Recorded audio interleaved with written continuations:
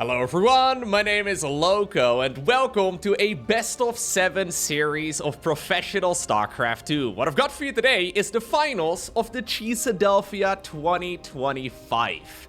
Now, obviously, I cast a lot of European tournaments, I do cast a lot of Korean events as well, but there is a massive region in StarCraft that is oftentimes neglected, and that would be the Americas. Spotting right here from the United States. With the red SCVs. Our first grand finalist. We're looking inside of the main base of Future. His opponent, admittedly not from the States, not from Canada, not from North America, he's from Poland. But he did fly all the way over to Philadelphia. We're looking at none other than Gerald's main Nexus. So this best of 7 series is the grand finals of an offline StarCraft 2 tournament. There's about $6,000 or so on the line for this one.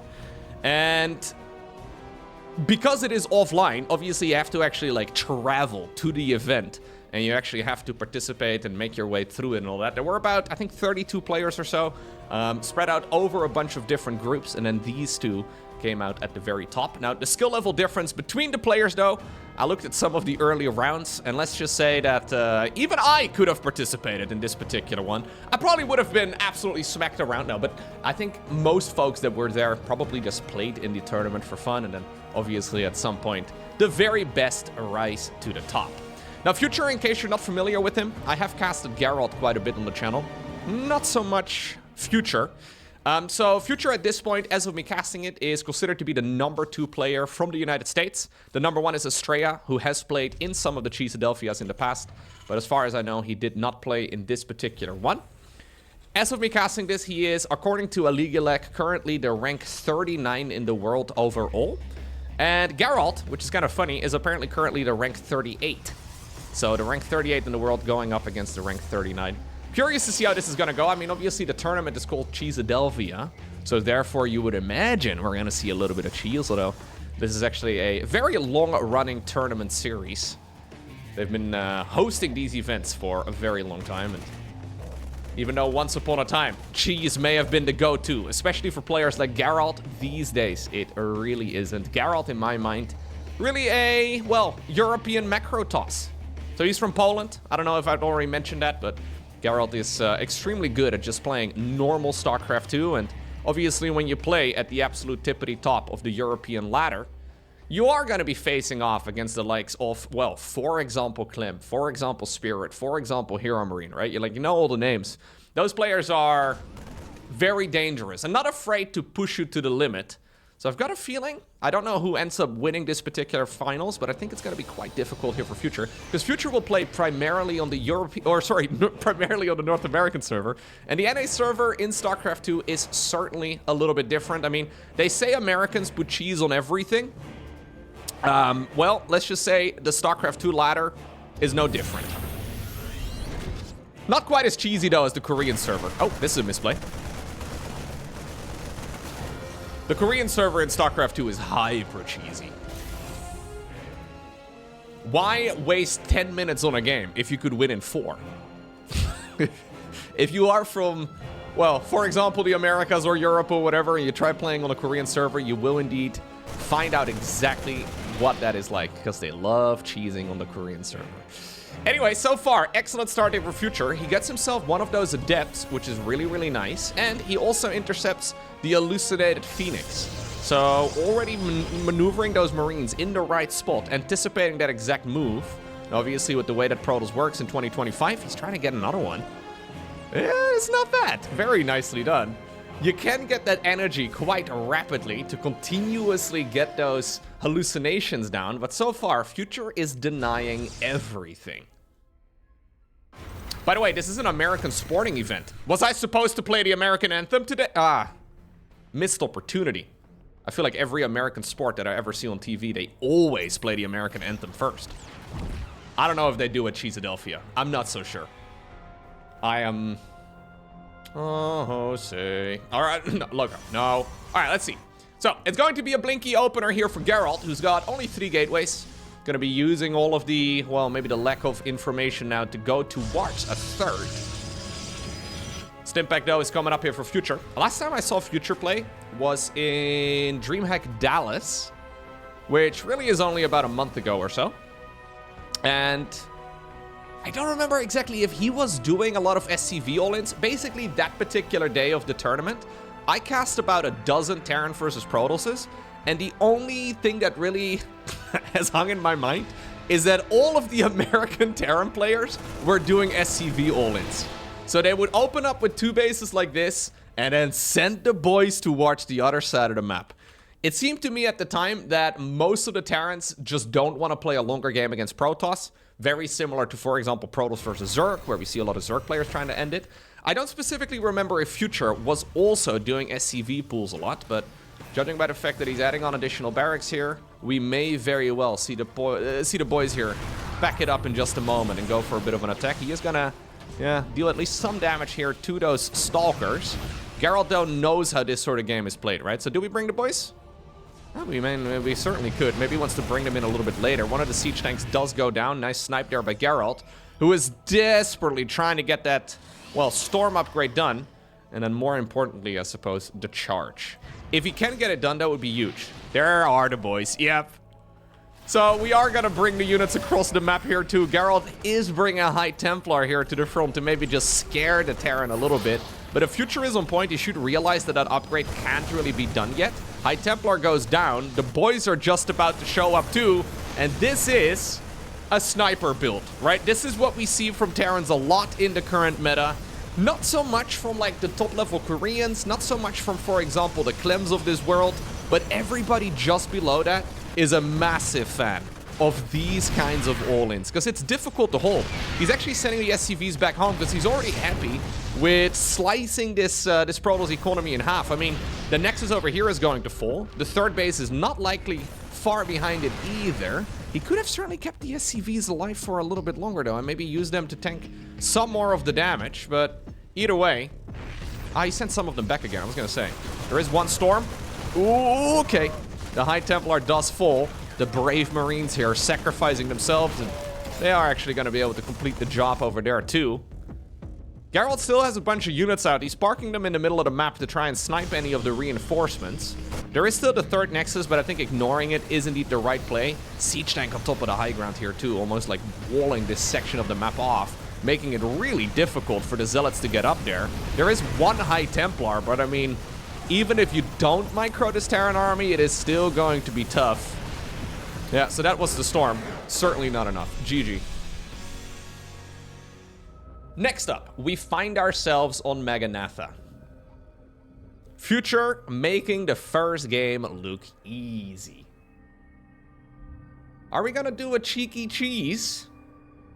A cheeky cheesesteak?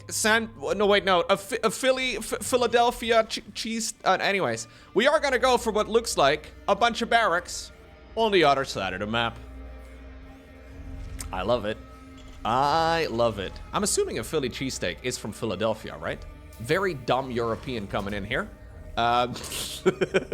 They have them in restaurant menus over here too, okay? They're very delicious, I'm assuming. The Philly and Philly cheese.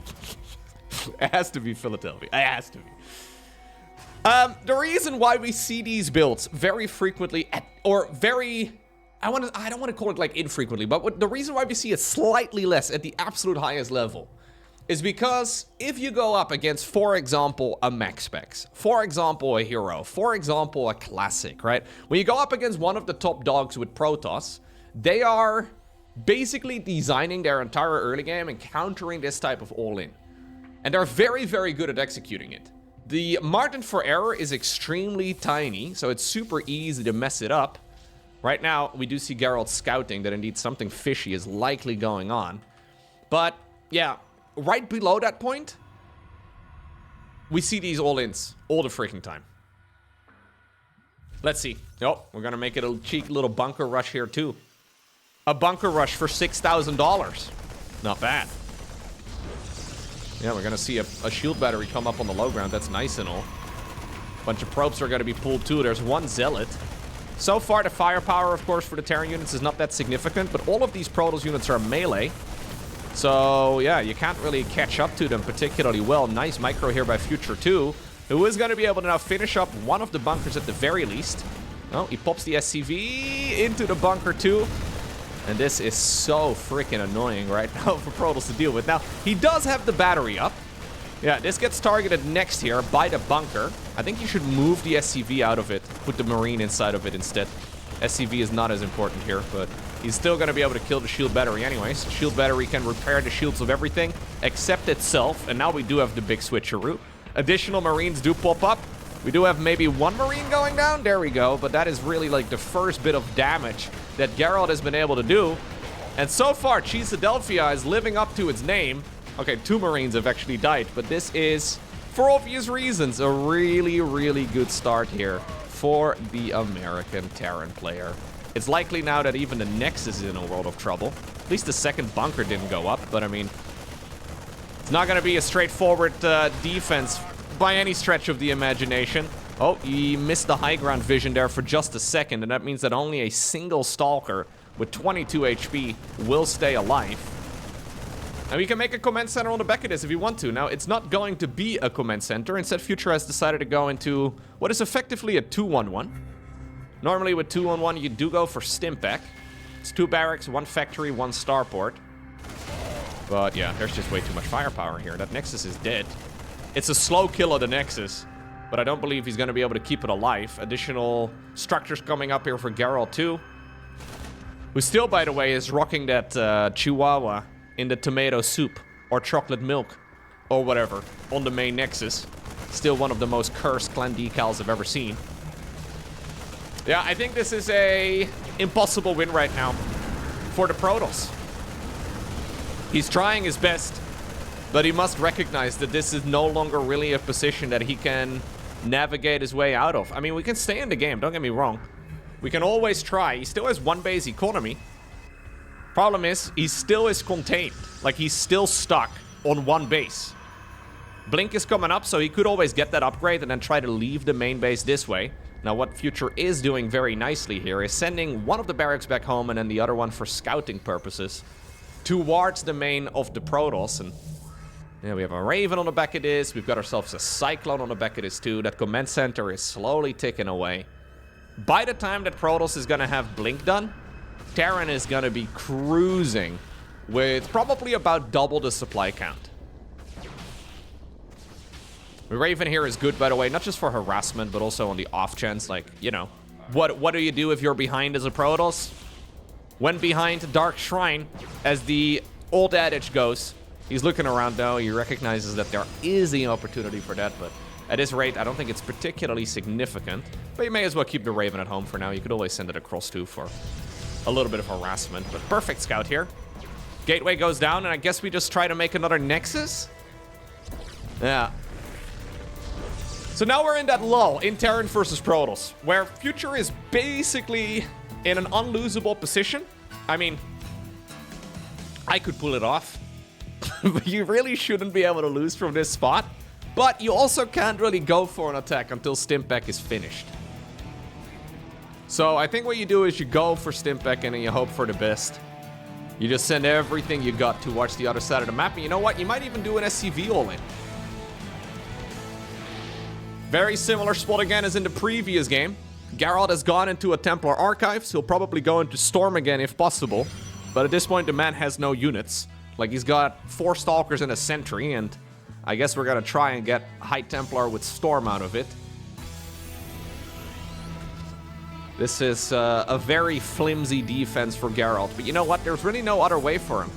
Yeah, that upgrade, smash your piggy bank, put all of your eggs in one basket, and then cross your fingers and hope the opponent stands in the storm. That's the build order. That's the strat. Now, what's really kind of funny here is that Terran doesn't even need to go for a move out. He could just chill. He's got 10 workers ahead of the opponent, plus mules. You can just wait for combat shields. You can get concussive shells going too, maybe begin the medevac production and then push a little bit later on into the game. It does mean that Gerald is gonna have Storm done. And it gives Protoss a lot of time, and maybe also a little bit of hope. Only for Terran to then go across the map and absolutely crush all of that hope. Now, that is basically what you can do right now as Future. You know what? When you're playing a Grand Finals, it might not be a terrible idea. I think for Gerald, he should probably just sort of consider this game a loss already, at least mentally speaking, considering the rest of the finals. But just, you know, play it out and hope for the best, and maybe, just maybe, you can get lucky. Oof. Nowhere to go, nowhere to hide. I mean, it's not a ton of damage, but he's rubbing salt in the wound. Look at the supply count right now. Alright, here we go. Now we can go for the same attack and not even bring the boys. Although, we could bring the boys too. Combat shields is just about to finish. Concussive shells is already done. There will be 2 storms, or 3 storms maybe. He sees them coming in from a mile away though. And that is nice. Alright, he's donating the Cyclone, donating at least most of the HP on the Raven too. But I mean, this is basically the entirety of the Protoss army, right? It is those storms. Everything else is something you can just breeze through. Marauders in the front. There's 1 storm. Okay. Nicely done by Gerald. I mean, if you do win this as Protoss, I think as a Terran, you're going to be devastated. That's the 2nd storm. We need the 3rd one. Oh, energy recharge. Not bad. Oh my god. Oh, dude, you gotta be careful. You still have to respect it, man. These European Protosses are dangerous. This is a man who's been forced to deal with this sort of thing for a long time now, and he's honestly navigating it quite well. We're like 1 or 2 storms away from this being approachable, let's say.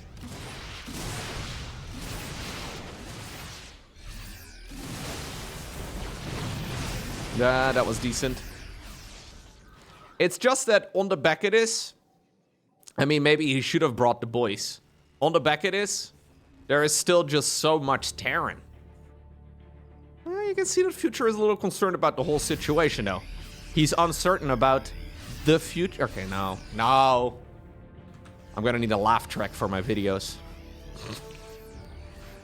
I need to be like the Big Bang Theory. I need you to know when you need... no, I don't... No, we can't do it. Ghost Academy coming up, too.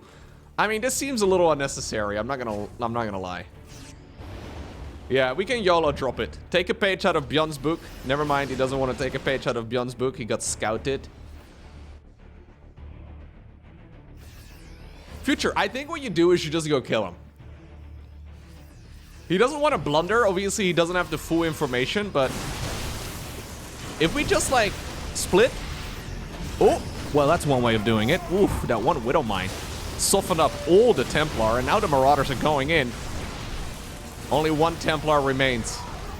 That was a nicely executed push there by Future. Got a little lucky that all of the High Templar clumped up together, but yeah. Without the Templar present, this game can only end in a GG. Alrighty, next up, we find ourselves on the map Torches. Gerald, looking around the left side of the map to make sure that there's no cheeky proxies, or maybe he's thinking about building something like that of his own. He doesn't know if it's going to be a Reaper first here.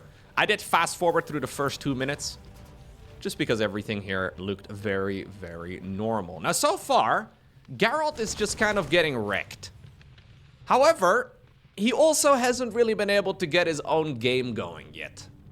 And I feel like in a straight-up game, Gerald is likely the favorite. It's very difficult to beat a macro toss when they actually get their feet under them. So, I really do think it's mostly going to come down to Future disrupting Gerald in any way possible early on. And if he gets that going, life is going to be good. But if Gerald gets to transition towards a nice mid-game, it'll be an uphill battle for Terran. It's just that Protoss early on is so freaking vulnerable. It's very tricky for Protoss to defend all of the different bits of shenanigans. Well, this time around, we're going to start off with a Hellion. Always a little odd. Obviously, Widowmine drops, though. Still, certainly an opportunity. Looks like the Adept is not likely to make it out. What about the Stalker, though? Stalker, yeah, is going to hunt down at least one of the units. It's going to go after Jimmy, too. Stalker's not welcome inside of the main base. But that means that the SCVs on the low ground are certainly a target. Now, there is a bunker, so you can hide inside of that. One of the Widow Mines is working in such a direction that it's going to be impossible for the unit to escape. Yeah, this is a good positioning on the Widow Mine. It means that not only can this guy not escape, but it also means that the second Stalker can't join in. Blink is coming, but I mean, that's miles away at this point. Or maybe for Gerald, it's kilometers away. Trying to, ooh, get the Stalker on the low ground to get the final shot on, but not gonna happen. Who knows what the Polish word for kilometer is? I bet, having read a bunch of Polish texts over the years, it's probably about a 20-character word with like one vowel. That is kind of what Polish looks like to me. Very long words with very few vowels. And you're like, how can you read it? I'm not so sure how it makes sense, but anyway. It's going to be a good old observer here. Coming out of the Robo facility, and Future is going to use the leftover Hellion for a little bit of scouting. Widowmine drop is likely going to be one of his next plays. Yeah, there we go. Medevac is now out. We did make 4 Widowmines. May as well give it a try. 3 additional bunkers on the back of this. I guess at this point the question should become, will we have a game throughout this series where Terran has 3 command centers? Place your bets. I'm gonna say yes, 1. But I wouldn't be surprised if we're gonna just do 2 base play and 1 base play most of the entire series long. Good interception so far by Gerald though. Anticipating this move, I mean, he has seen the Widow Mines. And when there's smoke, there's fire. So he anticipated that indeed this would be the next move. Stalker and a pylon here on the perimeter too, so Gerald is going to be able to see this coming in from a mile away, whilst expanding towards the 3rd. Nicely done. And I'm liking this start way more for Gerald now. But, again, we may just see the big all-in going across the map in a moment. That being said, we have a different playstyle this time around for Gerald. Rather than going into Storm, which is of course excellent against those SCV all-ins, Colossi are a good alternative play as well. This is now scouted here by Future. Widowmine drop does go in. So far, not really any damage dealt just yet. Nah, 2 workers for 2 Widowmines. 3 Widowmines. 4 Widowmines even. That is not a good deal whatsoever. At least the Medevac stays alive, but not quite the damage that Future was hoping for. And when you don't get the damage that you're hoping for, then those all-ins become way harder to execute. Well, he has an observer out. One thing he doesn't have, though, is Colossus range. So the extended thermal lens is still an available upgrade in the Robo Bay. Gerald prioritizing just more stuff, which is fair enough. Charge is about, I want to say, halfway done. Yeah, we still don't have a 3rd CC, so what we have is just a stupid amount of marine production on 2 bases. And we are gonna send the boys again. I would like to imagine every single one of those SCVs with headphones on and playing the Imperial March. Here we go. We go to the other side of the match. Or the other side of the map, rather. It is up to the SCVs to tank the damage. The Colossus are here to roast. Charge is seconds away from finishing. We have a load of additional gateways too, and so far, phenomenal start right here for Gerald. We do have a slow push with bunkers though, which is always sketchy. Those siege tanks are having a grand old time. A couple Marines get split off from the pack. They're gonna try and work on this base, and despite the good start, I mean, this is still so fishy. Future just slow pushing his way towards that ramp. It is tough. Stalkers go around the site, again, trying to see if he could intercept some of those units. Probes in the meantime have escaped. Getting some of the reinforcing troops over here, though, is lovely. Gerald recognized the slow push. Is there enough? There is also a sentry. Sentry here with force field could be a really nice thing, although he decides to go for the Guardian Shield instead. Stalkers in the meantime all the way down south, picking up the reinforcements. What about the push up towards the high ground, though? A lot of SCVs have died, of course, and while some of them are working away at the 3rd Nexus, Future now basically is mining for like 1 base and a little bit. So 2 bases is still better than 1 and a little bit. Those Stalkers, by the way, have now forced the entirety of the low ground to be evacuated. Comes down to the Colossus control, really. Those Colossi are going to have a grand old time biting their way through all of those Marines. As long as the siege tanks are here, though, it's difficult for them to move forward. Now the ranged upgrade starts up. I think Gerald probably meant to make that a little while ago. kind of preoccupied with all of the other stuff. He does decide to pull the trigger, honestly a little earlier than I would have liked to see. Siege Tank still putting in a lot of work. One of the Colossi does fall. Second Colossus also dies. This is finicky, but Gerald can't really be giving up on his second base. He's got so many workers still available. Honestly, you may as well make a Nexus over here if you have the minerals for it. With range, I think with Colossus range there, that particular attack was halted much more cleanly. Ultimately, though, I think the defense is good enough here for Protoss. This is not really a Terran strategy that has a lot of longevity built into it, right? So if you have to retreat and then try to macro your way up again, as we go to the healing circle, that's kind of fun. We rarely see the healing shrine coming into effect, but you know what? It's one way of getting the job done. He has now found the probes in the middle of the map. They had been AFKing for a while already, but no. I think the Stalkers probably get recalled back home. Full HP. Now it'll be up to Gerald to try and see if he can work on the other side of the map and potentially end the game.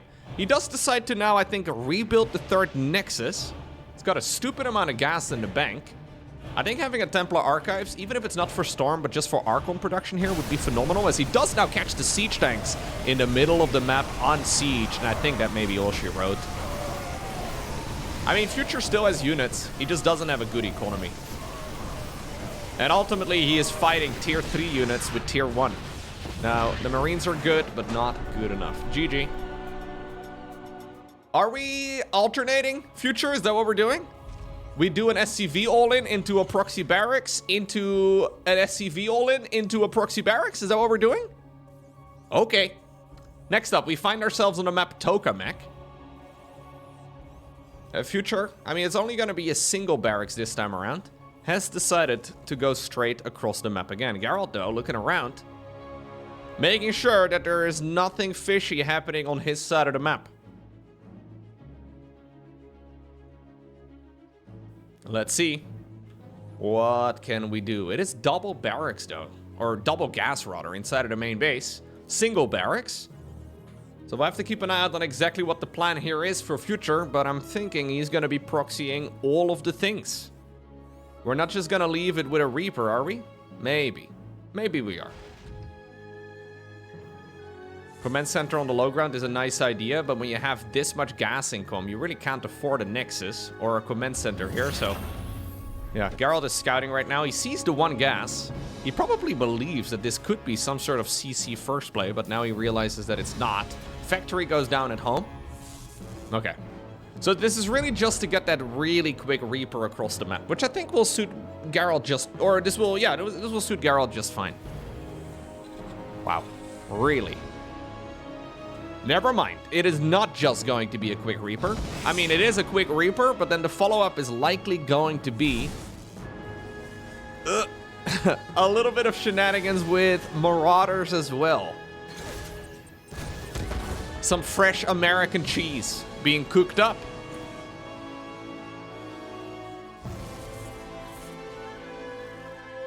Not bad, honestly.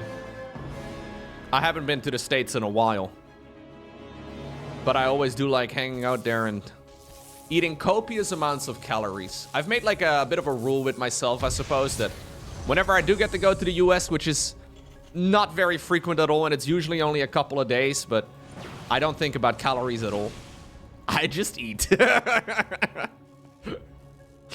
I think if I were to live in the States, I would probably balloon up real quick if I did that, but gotta be a little careful. Let's see how this goes, though. It's been a little while, actually. I'm trying to think when it was. Actually, last year around March. Went to the Tencent Studios, actually, for Battle Aces, but sadly that game ended up getting cancelled. Bit of a shame. Either way, here's the push. Future has brought whatever he's got right now across the map. Trying to see if he can maybe just snipe the game straight up, and this is always a difficult defense. Bunch of shield batteries coming up on the back of this.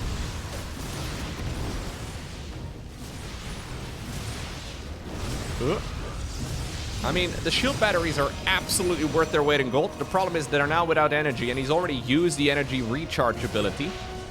trying to just keep as many of those shields recharging as possible. Future with another dirty all-in. Ay, ay, ay. Additional batteries are here, but there's so much firepower coming out of this Terran army that it's difficult to hold on, and not a whole lot of units are getting sniped yet, although now a Marauder and a Hellion both died? Is this recoverable for Gerald? I mean, he's got so few troops. Even the probes are joining in right now, and that is a line of them falling to the Hellion's focus fire. Yeah, the Medevac is here, right? The Medevac is gonna add so much micro potential here to this army.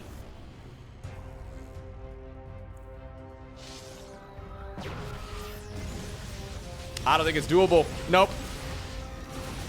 Future, with another NA special, is gonna show us why these builds are to be respected. And while this one is, in particular, a little bit weird, Reaper into Proxy Marauder into Hellion production at home, it is a good old one base that can deal a lot of damage. Alrighty, next up. The map is Ultra Love, and this is match point here for Future. Well, I guess we're not building anything on the other side of the map this time around, so that must mean that we are gonna go for some sort of SCP pool, right? Looking at the themes so far throughout this series, we alternate SCV all-ins with proxies. Very nice. Very nice. It's really fun to me how, like, every server in StarCraft 2 has a different playstyle, right? And I think most people would agree that, like, the top 3 players in the world are probably right now Serral, Clem, Maxpex, something along those lines, right? Like for each of the 3 races. So most of the time that more passive, macro, laid-back style that those players like to go for, you would imagine that is the go-to approach for pretty much everybody, right? Because if you're trying to be the best, why not try to copy the very best? But there are alternative styles out there, and every server in StarCraft 2 does have a bit of a different approach. The Koreans, especially when you're trying to rank up, very cheesy. In general, though, at the higher level, very crazy, right? They play these weird, wild, gambly strategies all of the time. Apparently, if a coin flip is all you can aim for, well, that's what you end up banking all your wins in, and it's a little bit funky. The American server, though, a little bit more aggressive in the earlier stages in particular. And it's very good. Stalker, in the meantime, on the other side of the map, being a bit frustrating.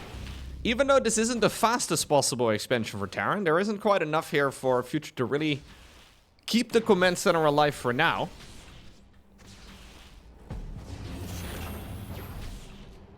Cyclone is available, though, and that means you have to run. Yeah, you can run, but you cannot hide. He decided to move up to the high ground there, which I kind of like. Lock-on is gonna finish, yeah.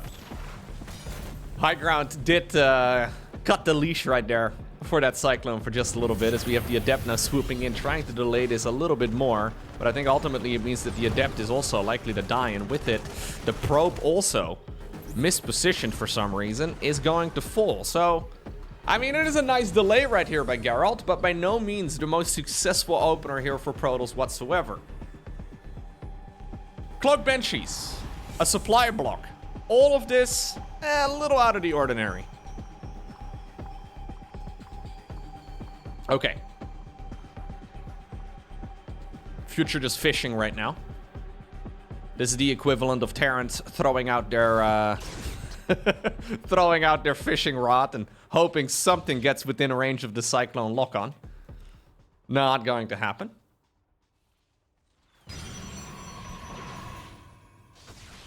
Nah, Cyclone's nice. Lock-on here, also very strong, and that might be the end of another Stalker. You do have to run with that Cyclone, dude. Can we please send the Cyclone home? Ay, ay, ay. Future playing with fire here. Blink is now done. And so is the cloaking field. Future trying to see if he can go around and maybe force this Protoss army to go back. It is only a single Banshee, so the shield battery is still going to be enough to defend for now. I don't know if he's shown the cloak. Has he shown the cloak? Either way, there's very little detection available at this point in time for Gerald, who really needs to fire up an observer here in that robo facility ASAP. Well, now he knows the cloak is here, and that is going to be the end of the third Nexus. Really no way to keep this alive.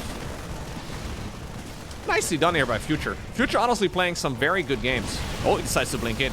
He really wants to keep this third Nexus alive, and he is ready to pay the price for it. Stalkers, though, are dropping like flies.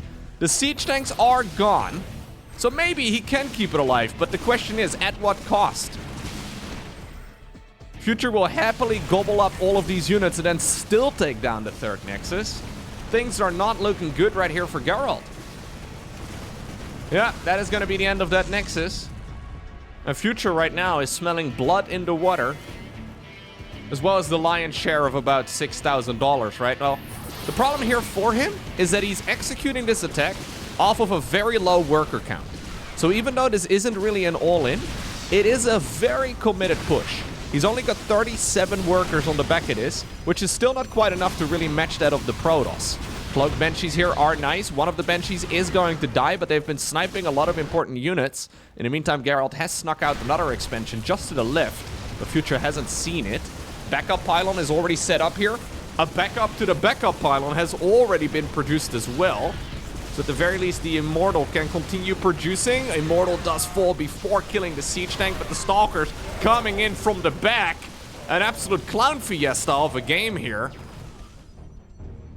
Future, though, yeah, I think is going to be forced to retreat.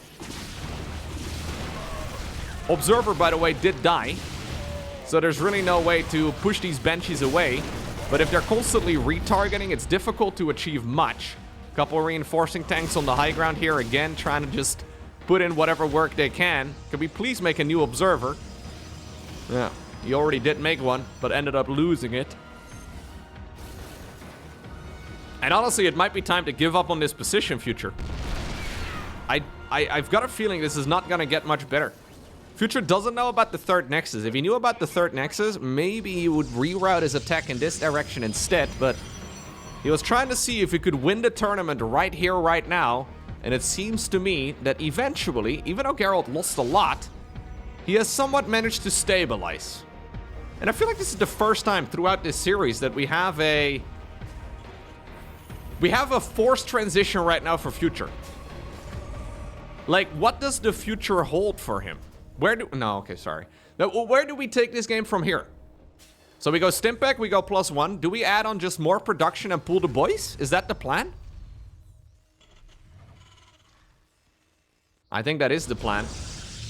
There will certainly be High Templar with Storm done, though, if Geralt decides to prioritize it. Bench is coming in again. Observer, where's the Observer? We have two. One on the other side of the map, one inside of the main base. Recall been used, but he actually just got... No, it did actually complete the recall. Interestingly enough, Future using a scan there. Not quite getting the job done. And this game is slowly starting to look a little less stable here for the Terran player. Still though, he's got a banger timing attack lined up. Stimpack, combat shields, +1 infantry. All of the upgrades will finish up right within the next next minute or so, right within a 30-second window of one another. And it means that Terran can do whatever they like with that particular push. Problem, all of the attacks that he has to execute on the other side of the map will be up a ramp. And that is just harder. There will be plenty of Storm available. Can we please chrono it once or twice? Because I think Gerald is a little bit late on that Templar Archives, but like, he should have started up the research a while ago already. As long as Geralt can defend the incoming attack here from the Terran player, it should be fine. Here's the main army moving out. I'm assuming, yep, we are bringing the boys again. Future really putting the Cheeseadelphia in Cheeseadelphia, huh? None of the games so far have been straightforward. Now, Geralt sees this coming in from a mile away. I mean, if the previous games were anything to go off of, he could sort of expect it. There is an Immortal, or actually an Archon inside of the Warp Prism. And there are, 4 Templar. Can we please pick up the 1 Templar there? Oh, nope, loses it just barely in the nick of time. A little bit clumsy there, honestly, if I'm being critical of Geralt. Could have certainly kept that one alive. Here we go again. Future going in for a bunker push for all the marbles. 4 pylons just about to finish up for Gerald, who hit a massive supply block. He's got a stupid amount of resources in the bank. Finally, he can make units again. Starts up 1 Stalker. Oh, it's because the pylons in the main base have been shut down. Those Banshees going around the site, really limiting the amount of production for Gerald, who should be able to produce enough units to wipe this Terran player off the map, but he's sitting on too much cash. We have a Storm Drop, though. We have a Storm Drop attempted. There we go. Not a bad start. Does lose 1 of the Templar in the process, but that was pretty good as far as softening up this Terran army goes. Future loses a bunch of units here. This Marauder gets sliced in half. There is, of course, that energy recharge, right? Which just makes the defense so much more manageable. Another Immortal spawns, but apparently this is when Geralt decides to pull the trigger. 1,500 minerals in the bank or not. The High Templar decide to drop right next to a bunch of the siege tanks, so the siege tanks can't actually fire properly. It is a clumsy engagement, but good enough here for Geralt, it seems to me. Yeah. I think he can get the job done here. Reinforcements coming in, and obviously Terran just lost way too much stuff. GG. Incorporeal is next. Now, Incorporeal features a dead end. A random spot on the map that doesn't go anywhere. We should have a traffic sign over here, but Future apparently does not care. He decides to proxy a factory very close to the main base of the Protoss player. Match point number 2 right here, 40 American. Can he win the tournament? So much cheese. I kind of love it. Very fun to see. If you're unfamiliar with the name Future, I mean, I feel like this series so far is giving you an excellent introduction on the style that the man is not afraid to employ. I've actually seen him play macro games in the past. Maybe those were more common back in the day, I don't know. So far, though, it seems to me that he's trying to see if he can end the series in the next couple of minutes every single game. So what we've done, let me actually back up here for a second. What we've done here, that Reaper was a distraction. The factory gets flown from the low ground into the main base of Protoss. This is technically one of the dumbest builds you can go for, but you know what? If you can make a bunch of Hellions, yeah, and you can do so completely out of sight of the Protoss, you can just roast every single one of those probes. It is dirty. Now, in order to one-shot probes, you need 3 of them, which is a lot. Takes a while. There's really no point in committing with 1. You need at bare minimum 2 so you can 2-shot them, but ideally you want to wait until you have 3 of them. It just means that the odds of you getting spotted, it goes up significantly. Hallucinated Phoenix is going to be sent across the map. He will see that everything looks reasonably normal. I mean, this kind of looks like a triple wreck start, I guess. If you kind of squint, you don't pay very close attention. Do we go for 3? No, we go for 2 and a Widow Mine. This is odd, though. First time that Geralt sees it. Crisis management is going to have to be on point. That is going to be the first wave of units going down. One of the Hellions gets surrounded. Good force field. Yeah, okay. I think that final little wave there does justify a lot more. Geralt's got to be wondering right now, where did these units come from? He's like, oh my god. These freaking Americans, man. Americans always very polite, always very nice, but when you meet them on the ladder, oh, that is one hell of a way to save a probe. Rarely do we see that. That was kind of cute, honestly, from Geralt. Saves the probe by popping it into the assimilator at the perfect timing. Nicely done. Yeah, Americans always very nice, but apparently when you meet them on the StarCraft 2 ladder, they get vicious. Alright, let's see. Dude, I remember the first time I ever went over to the States and I was in like a random grocery store because I wanted to get some water because I wasn't sure if you could drink the water. Anyways, I remember this lady on the counter. She asked like, how do you do? How are you doing? And she was very excited about me being in the store. Me as a Dutchman, I'm not used to that at all. Nobody in a grocery store in the Netherlands will ask me how I am doing, okay? This is not... She was like, were you able to find everything? Like, how are you doing? Like, how's everything going? I wasn't sure how to respond to that question. Now, I have learned since then that in the States, a perfectly reasonable response to the question, how are you, is to reply by saying, how are you? Completely normal sentence. Reminds me a lot of French. I remember in my French class back in school, they used to teach me that, like, in order to ask how somebody is doing in French, you would ask ça va? And you could ask, or you could answer by saying ça va. Perfectly normal. You can do the same thing in the States. It's beautiful. How are you? How are you? You could ask, I'm great. You could just say nothing and you would probably be okay. But me, traveling across the ocean for the very first time, did not quite realize that how are you is basically just the equivalent of saying hello. I was like, I don't know. How do I respond to this question? Is she asking how I'm feeling or is she just being nice? Anyways, we have a group of Marines going in clutch. Future trying to see if he could stem into the base, but this is feeling like some desperate pushes. I mean, he does have a nice supply advantage, I suppose. He is once more sending the units in, but I'm a little afraid that he should have joined those Marines up with the main squad instead.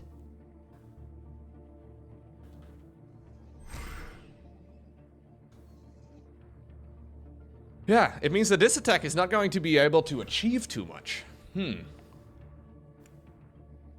Means that the Stalkers can now also go across, and the Colossus production can begin.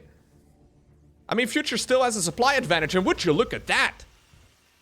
Ladies and gentlemen, boys and girls, everybody watching, we have ourselves a third command center for the first time in his entire series.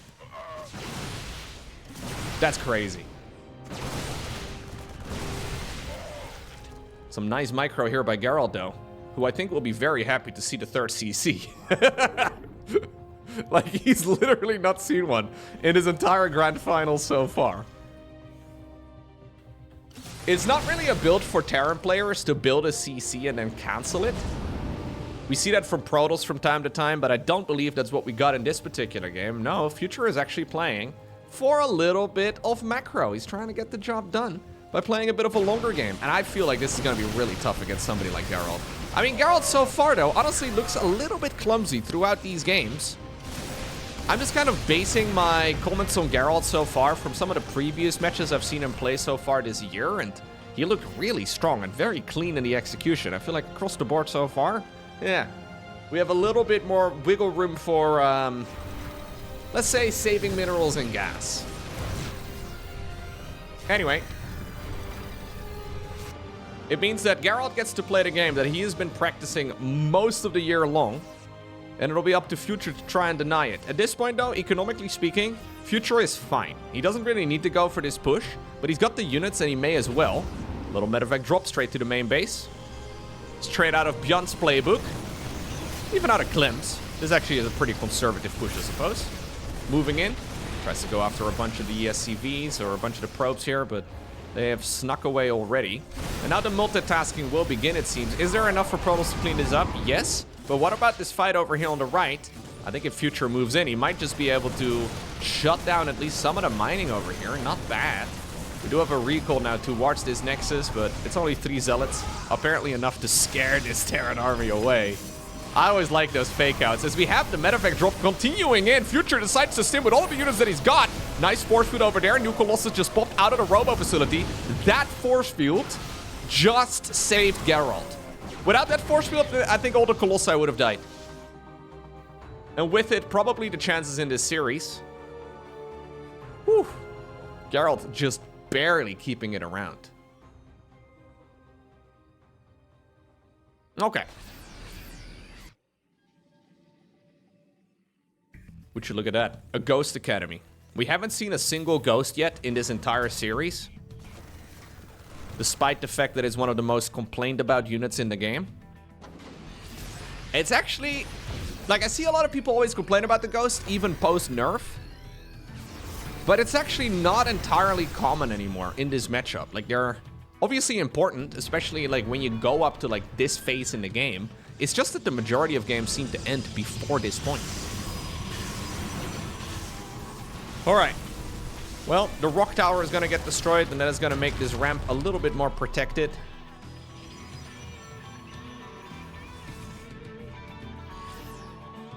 Bunch of units going around.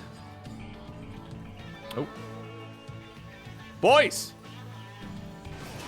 please, I've seen the videos of people getting stuck, okay? I watched this video once of this lady who was stuck in a washing machine. Anyways, maybe we can... Okay, yeah, use the medevac. There you go. Get him out of there. Get him out of there. All right, let's see.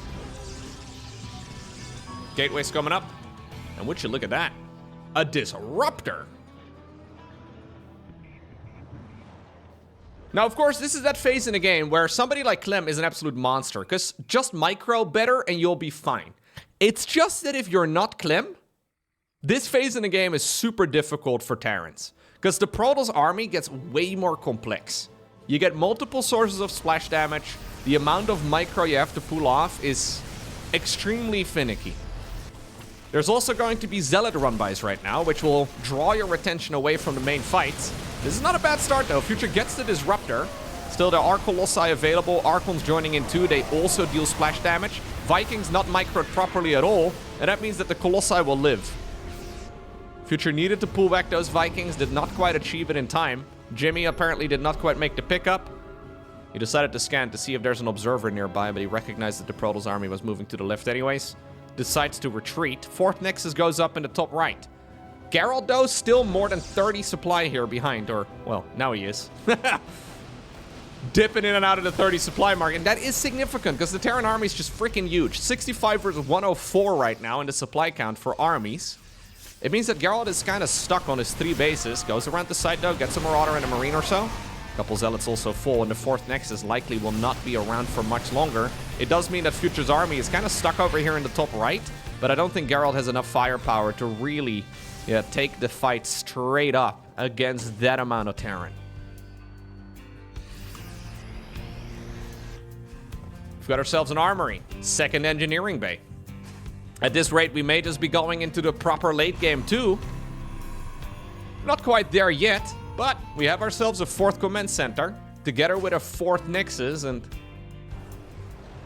Future is still in a really nice position. Really, the only thing that's missing out of his army right now is a whole load of Liberators. It's a little early for those, but he's got the Ghost, he's got the Vikings. I wouldn't mind seeing an extra starport. Liberators are going to seal the deal if you can get up to that point, and Future has all of the tools available to him right now. It's just that, again, it's a difficult Terran army to play, and a very difficult Protoss army to play against. Press the EMP, did not quite get it down. Gerald is missing a bunch of meat in his army, right? Like, we have a lot of very nice spellcasting here, but there's... Yeah, there we go. We really need more Stalkers and Zealots. We have a lot of potatoes, very little meat. Anyways, Nova.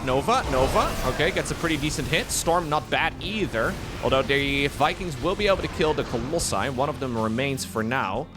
7 Vikings have died, 3 Colossi. Still a good ratio, of course, for Terran, who's now flying the command center on over towards the 4th base location. Mispositioned, but I'm assuming he's going to solve that in a moment. +1 air coming up here for the flying units. 2-2 also researching for Terran. 2nd Robo coming up for Gerald, who keeps on adding on Disruptors, Colossi, High Templar, Archons, little Zealot run-bys. Okay. Yeah, and even though this is a position that you can find yourself in as a Terran player, and even though technically it is favored for Terran, it's favored for the Clems of this world. It's not so straightforward if your name does not start with a C and ends with Lem. Planetary Fortress, though, is nice. He did reposition the CC, it looks like.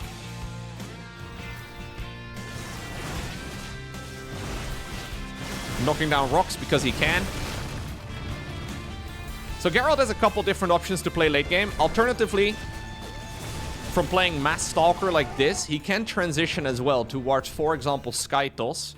We don't see it much anymore these days, despite the fact that the Tempest is way easier to get into, being a bit supply lighter than it once used to be. It's still not a transition Protoss players are particularly fond of. Still only a single starport, right? Do we just have 1 starport? Yeah. I really would like to see a 2nd starport about now. I think it makes a lot of sense. A couple of the units dealing some damage. Purification Nova is sent forward, but not quite enough. There is another Nexus now. And you know what? The supply advantage was nice. So we have some good damage being done here too by a Templar. The supply advantage was nice once upon a time for Future. But now that window is closed. Ultimately, Gerald now is maxed out. He's got more resources in the bank than the Terran. And I gotta compliment the way that he's playing it so far. Navigating his way out of this very difficult spot into a proper late game army. Still though, Starport coming up together with a fusion core now. These are a little late to my liking. I would have liked to see them a bit sooner, but still. This is going to be Future preparing to transition towards Liberators. But I feel like Gerald has way more experience playing this style. This is a normal game on the EU server and one that, well, occurs on NA2. But not quite as frequently. Some nice storms going down, softening up a lot of these units. Even though they didn't really die, it means that the Colossi have a more likely chance to live. Dark Shrine coming. +2 air also on the production tab. We have the Terran now committing down the ramp. But this choke point is always tough and those storms are juicy. He's here to kill the Nexus. Does not quite achieve that job. The Vikings here also get denied. Little hit squad of units in the far top right now. We do have a recall completing in this section. It's just a bunch of Stalkers, but enough to keep that Terran army occupied over there. What about the main fight here on the left? It looks like Future may have overstimped some of his units, or at the very least, a lot of them took some equal bruising.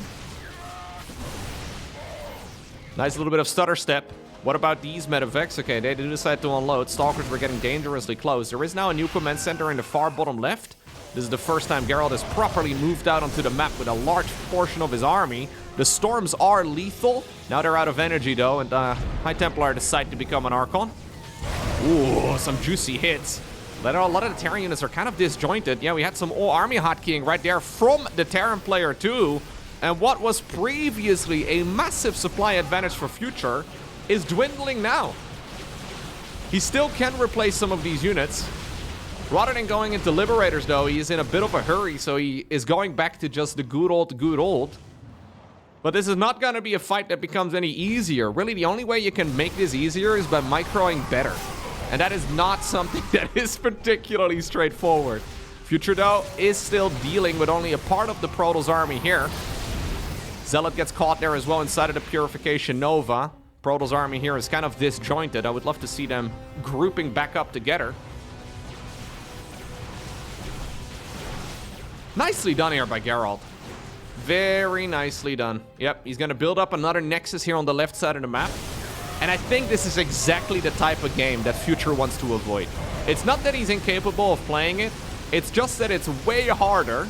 And it's clear to me that Gerald is more practiced in it. GG. And that means it all comes down to this. Final game in this best of 7 finals takes place on the map Ley Lines. Gerald looking around the map. You can see the path that his probe took on the mini-map. Making sure that there's no hidden structures on his side. Ultimately, the easiest way to scout a Terran is by going across the map and seeing the barracks inside of the main base. And seeing the attempted command center on the low ground. I think you just let him have the low ground, dude. Just give him the low ground. You want to see the CC, don't you? Yeah, okay. Cool. Thank God. It means that Future is not cheesing. At least not with a proxy on the other side of the map. And that will probably, at the very least, in my mind, suit Gerald just fine. If Gerald can force this game to be somewhat normal, I think he's the favorite. However, if Future can throw the opponent off, it is going to be tough. Then again, Gerald, he wasn't like a 30 supply, 40 supply deficit at some point in the previous game. And he slowly but surely wiggled his way out of that. Must be a little bit worrisome as well for Future. The wins from Future so far in this series, they have been from cheeses. Not that long ago, this series was 3-1. What do you do now? I mean, 1 cheese for all the marbles is always scary. It's a lot less scary to go for a push. Oh, jeez. It's a lot less scary to go for an all-in in game number 1 than it is in a game number 7. We're still, however, going to build a starport on the other side of the map. Let's see. Barracks on the low ground, or sorry, command center on the low ground.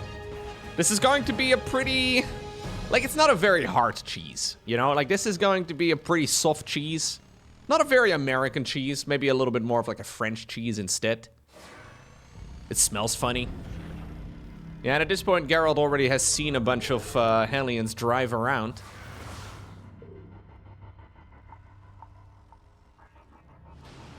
Like, hey, we're definitely not going inside of a private jet. Don't worry about us. We're just going, you know, we're just, don't worry about us. Gerald actually not checking for it, though. I feel like it's really obvious. But maybe it's because I know. Maybe Future is just a great actor. He wants to send those Hellions so bad towards the top left, but... Alright. Hellion production continues. Is a little weird. Generally, you don't see more than 4 Hellions at most in this matchup. So, yeah. Gerald decides to wall himself in fully at the front. Warpins in the main. Now, Hellions are great at killing probes. Not so good at killing structures. So I like this wall off here from Gerald a lot. Yep, he sees the Liberator right now coming in. By the way, we don't even have a medevac. I thought we were going to go for a medevac of some sort. Not even a case. Stalker can just walk away. Oh, your big toe is in the range, dude. Careful. Stalkers have very large toes. When you think about it, their entire leg is a toe. Anyway. Hallucinated Phoenix desperately trying to deal damage. I thought we were going to go for a medevac drop with Hellions. That's really the only thing that made sense here. Now all these Hellions are kind of a waste. And if you look at the worker count right now and you look at the upgrades, there's not really much going here for Future. These units have not been worth their while at all. Unless they sneak into the base, I'm a little afraid Future just wasted like 600 minerals. Gerald is going to be using that for this instead. 500 minerals have been spent on this so far, and I think it's going to be good enough. I'm still a little afraid, though, that the units sneak in, but... We have a couple of gatekeepers here. Should be easy. Okay. Yeah, and the Liberators have also not achieved much. Starport flying all the way back home, making the flight of shame. Engineering bay coming up. +1. We got to go for the stim pack and then probably combat shields right over here. Bam. Nice. Okay. Tech lab coming up inside of the main base 2 on the factory, so the siege tank production will likely begin. And I'm assuming we'll see a reactor here on the starport. Yes, to go into the double medevac. This is now forcing the game, though, to go slower, right? Like, this is changing the entire pacing of the match. And I think in a game like this, when you've had a pretty rough start, you can't really do an SCV pool. And when you can't really do an SCV pool, you have to play straight up macro. And straight up macro is really tough unless you are Klim, or Björn, or Maru, or whoever. But I've got a feeling that this is not the game that Future had in his mind. He's tried 3 different cheeses back to back to back. Different levels of cheese. Some of them more cheesy than others, but none of them have worked particularly well. And now Gerald gets to do what he does best. He gets to play a macro game. Charge coming up. Colossus with ranged. We have a forge here building up. We'll probably see a Templar Archives in a moment. Obviously, there's still firepower, though, in this Protoss army. And he's going to try, or in his Terran army, rather, he's going to try and see if he can deal some damage with it right now. This is before the +1 upgrade is done, but with Stimpack and combat shields. Charge, however, is lined up well. Geralt is already thinking about making a 4th Nexus, but he really needs to get some units out to actually defend against this. Nice Stalker micro. There's the Zealots coming up. Always a difficult position, though, especially if you plug the siege tanks, like, behind the rocks. It's difficult for Terran to really get reached here, right? Like, the Protoss units have a difficult time closing it. Still, Future is going to try and see if he can just snipe the Nexus with it. Bunch of Zealots going around the site. They really want to charge on the siege tanks. Maybe slice up some of the reinforcements. I mean, those Liberators from the early game, they didn't really do much at the time. But what about this? Hellions also didn't really help out too much against the early game, well, probe count, but still putting in some work, keeping the tanks alive and killing the Zealots. Siege tank survives with literally 7 HP, and that means it's at the end of this Nexus. Now, a new base is coming up at the bottom of the map already. at least the bottom of Gerald's bases here. This does get spotted immediately, though. Future hasn't seen the Nexus itself, but he sees the long-distance mining. That gives him all the information that he needs. Okay. Gerald getting a little unlucky on that one tank, I think. But still, a nicely executed push here by Future.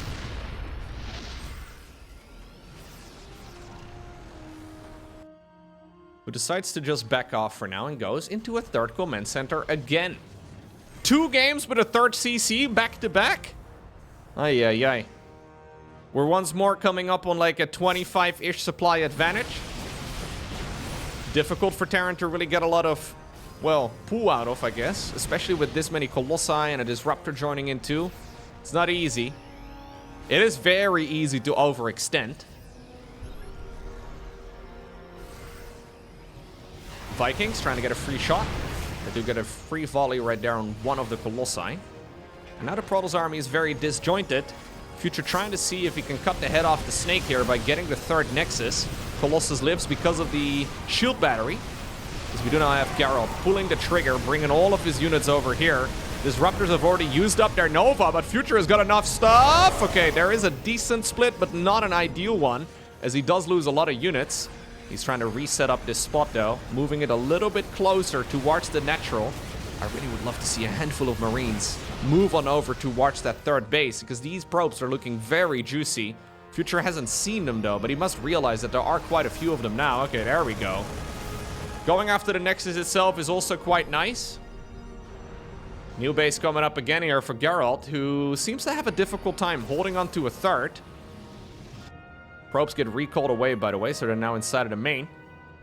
At least he maintained some of the worker count lead, but third command center right now landed on the low ground. We have a Ghost Academy coming up too, which is fantastic, especially against Archons. It's really nice as well against clumped up Zealots. Obviously High Templar as well are something to be taken into consideration, but not really the main damage dealers in this particular Protoss army. He's being very conservative, though, with this Nexus snipe. Yeah, you can see that he's a little indecisive, too, with some of the army movement. I think that might be a little bit of all-army hotkeying or something like that going on. Some grand final jitters coming in. And this is that vulnerability of Protoss. It's very difficult for Protoss to try and actually deal with these type of attacks. Later on in the game, I think they're slightly favored. Especially when Protoss gets up to like 4 or 5 bases. That's when the game becomes really difficult for Terran. But at this point, the Terran army tends to be a little bit scarier, assuming the units are sieged up. Both the Liberators and the tanks need to be set up in position. Vikings going in. Free shot on the Colossus. Not bad. 1 Viking dice. Zealots going to the bottom of the map, trying to see if they can put in some counterattack damage. And this third base here from the Terran is looking very vulnerable.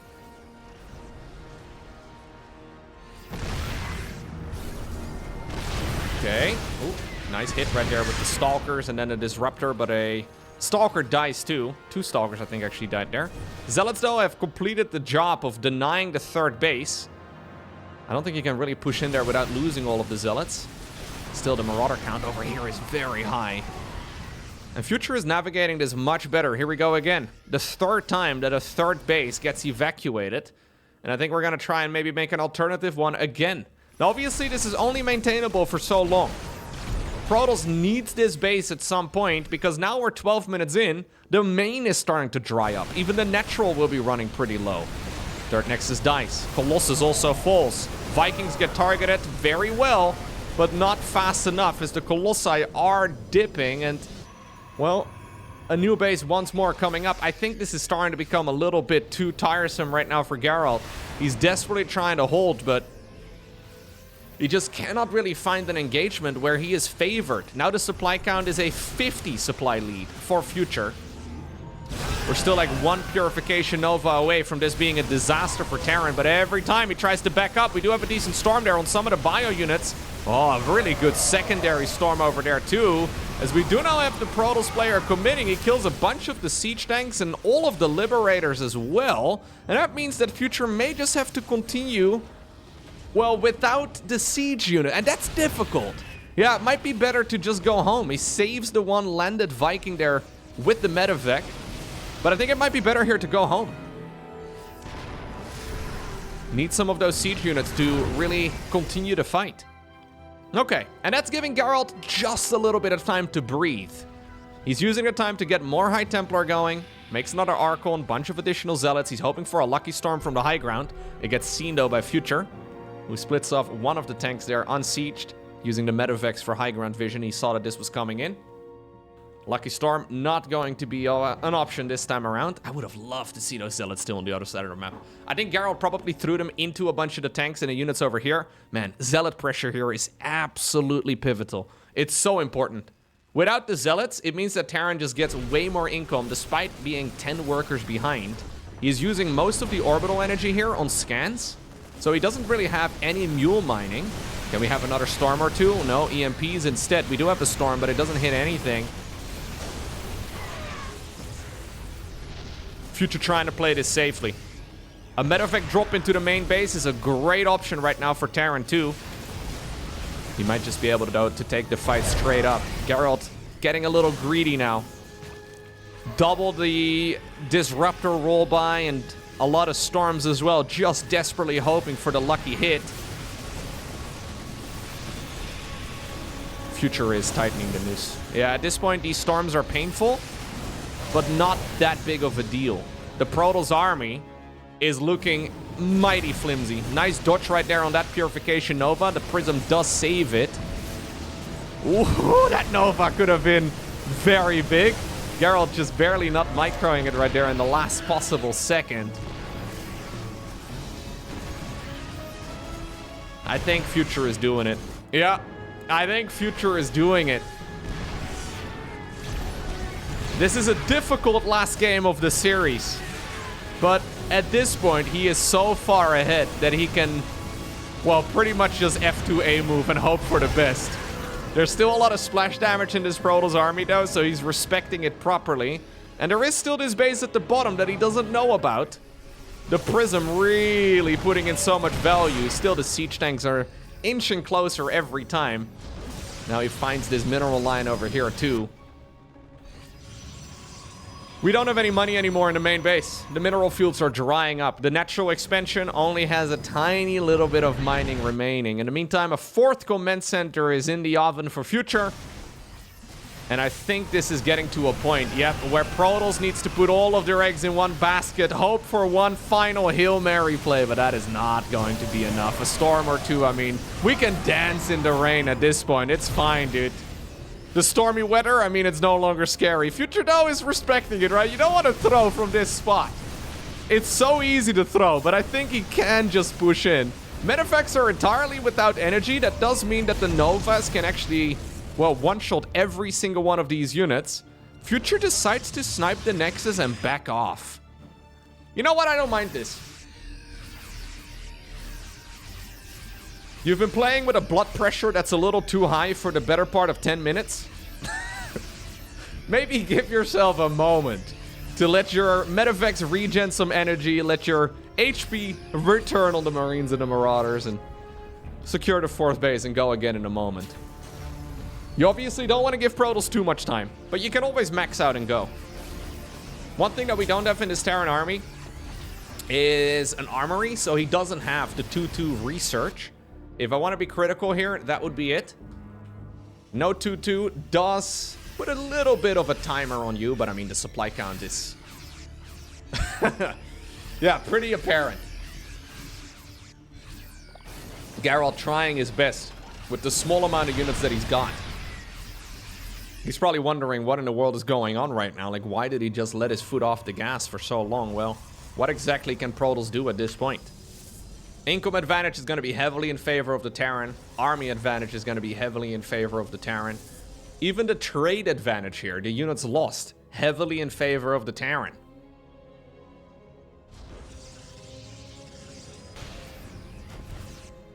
This is when we're fishing for lucky disruptors.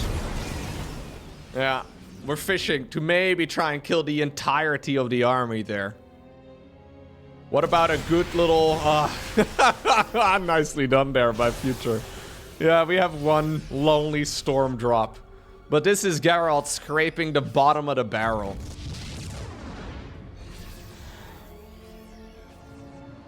Gerald needs about 17 lucky hits.